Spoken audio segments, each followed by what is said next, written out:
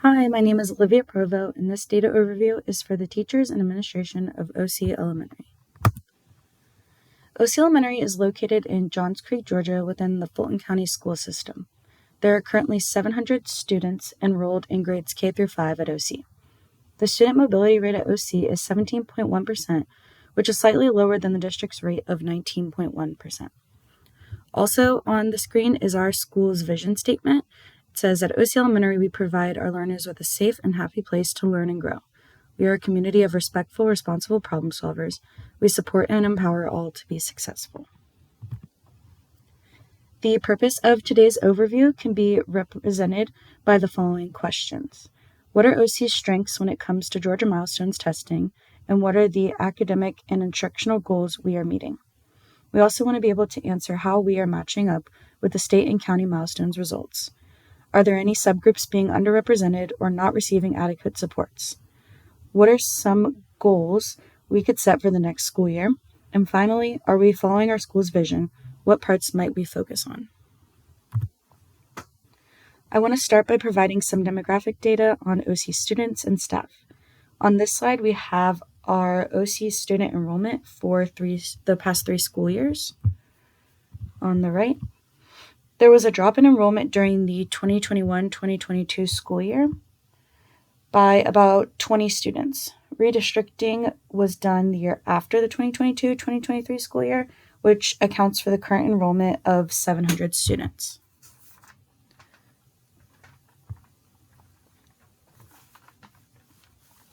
Also on this slide is a breakdown of our student demographics by race and ethnicity.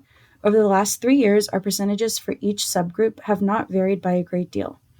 Our largest populations are white students and Asian students, and the population of multiracial students has been increasing year to year. Additionally, we have a chart with student educational program enrollment organized by number of students on the left. Our talented and gifted program has increased over the last 3 years. Numbers in the other educational programs, including special education and ESOL, have remained relatively steady, with higher enrollment during the 2021-2022 school year. On the right, we have a chart with the gender percentage of students. Across all grade levels, the gender of students has also remained stable, with a slightly higher percentage of boys than girls each year. This slide gives us an outlook into teacher demographics at OC over the last 3 years. A majority of the teachers at OC are white and female. Within the last 3 years, most teachers have been teaching from about 2 to 10 years, which is shown in this row right here. Now we're going to jump into reviewing some student achievement data. While we look at this data, I want you to think back to the questions we posed in the beginning. I want you to think back to some of those questions we are hoping to answer.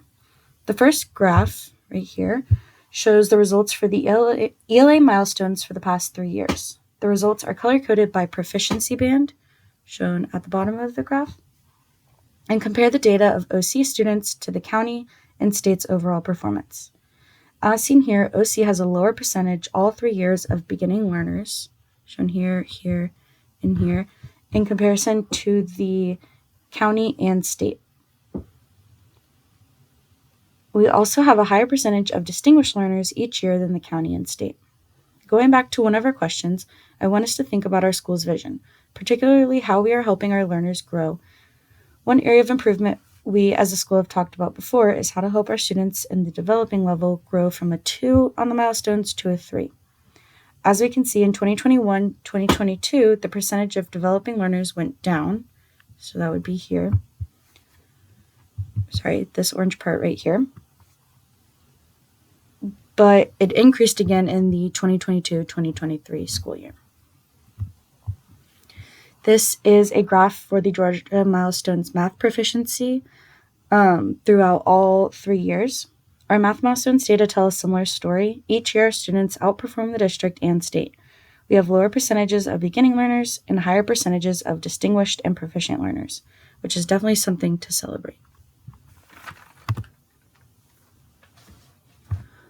Only 5th grade students are assessed on science milestones at the elementary level.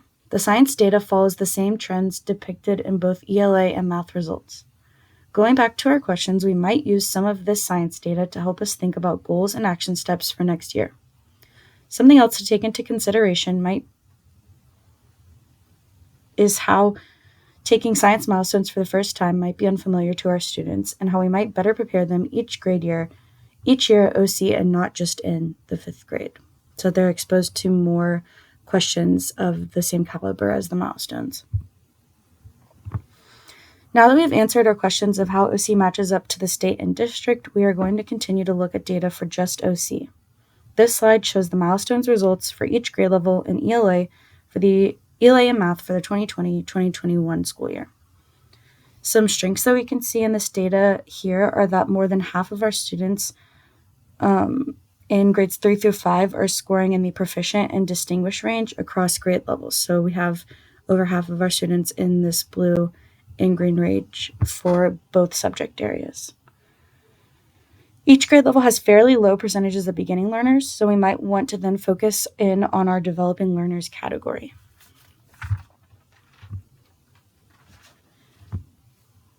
Here we have the same style of report, but for the 2021-2022 school year. All 3 grades continue to have higher percentages of distinguished and proficient learners, shown in a different color to differentiate between the school years, but we have the purple and dark blue.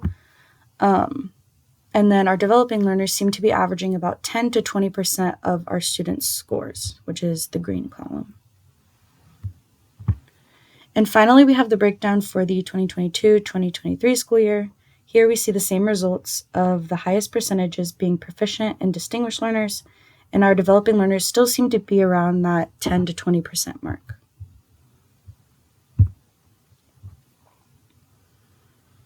Sticking with our thought process on our percentage of developing learners and how to move those students from the proficient level, I would like for us to look at a breakdown of how students receiving a developing score fall into different subgroups. The following graphs show the race and ethnicity of students at our school and the percentage of each race that received a developing score. As we can see on the graph for the math milestones shown on the right, 50% of Black students, shown by this bar, in grades 3 through 5 at OC received a developing score, and about 30% of Hispanic students performed this way as well. The ELA scores, shown on the left, for this year show that 30% of Hispanic students scored in the developing range as well. This slide shares the same report but for the 2021-2022 data. Here we can see the groups with the highest percentages of developing scores were also Hispanic and Black students. While these student populations are smaller at our school, which is shown by the populations at the bottom of the slides, the percentages of developing scores are higher for Hispanic and Black students.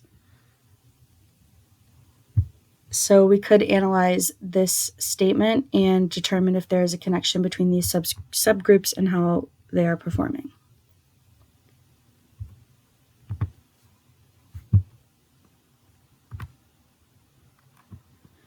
The data during the 2022-2023 school year depicts the same trend as years prior. Students in the developing category are making up higher percentages for Hispanic and Black students than other races or ethnicities. This brings us back to our question of if there are any groups at OC being underrepresented or that are in need of more support or attention. So some of the strengths that we have seen in the data are across the board, OC outperforms the district and state in all tested milestones areas in grades 3 through 5, and OC has lower percentages of learners performing at the beginning proficiency level than the county or state in both ELA and math. Some areas that we might want to look more closely at, across all 3 years in math and ELA, Black and Hispanic students have the highest percentages of developing learners, and the Hispanic and Black student numbers at OC are smaller, yet these subgroups have the highest percentages of the developing learners. These are some questions we might consider as we're looking at the data. So one question might be, what additional data might we want to explore? When we look at additional data, we might want to look and further investigate the weaknesses shown in the data. We might want to look at attendance rates of students in these subgroups, services provided such as EIP, ESOL, or services provided such as EIP, ESOL, or special education. We also would want to discuss what in our practice and our own biases might be leading to this disparity. We can begin by looking at disproportionate numbers of white staff in comparison to these subgroups and how a lack of representation might be impacting these groups. Additionally, we might want to examine if behavior referrals based on implicit bias is occurring and if time out of the classroom could be leading to this disparity. Finally, we might want to look at specifically what skills these groups are lacking on, the milestones, and determine instructional practices we could focus on with all learners to better support Black and Hispanic students. Finally, these are some action steps that we can use as a school and admin team. Going back to science instruction, we could analyze science instruction and assessments in grades K through 5 to make sure they're lining up with what is expected on the Georgia milestones of 5th grade. We could look at attendance and discipline referral data to determine if these could be having an adverse effect on instruction for the subgroups that we're looking at. And then have teachers analyze implicit bias within the classroom, but also provide educators with some kind of professional development on biases and microaggressions that adversely impact all subgroups. And then finally, create a goal for the hiring team to focus on the importance of diverse representation for our students. Thank you for listening to my data overview. I would be happy to answer any questions you might have.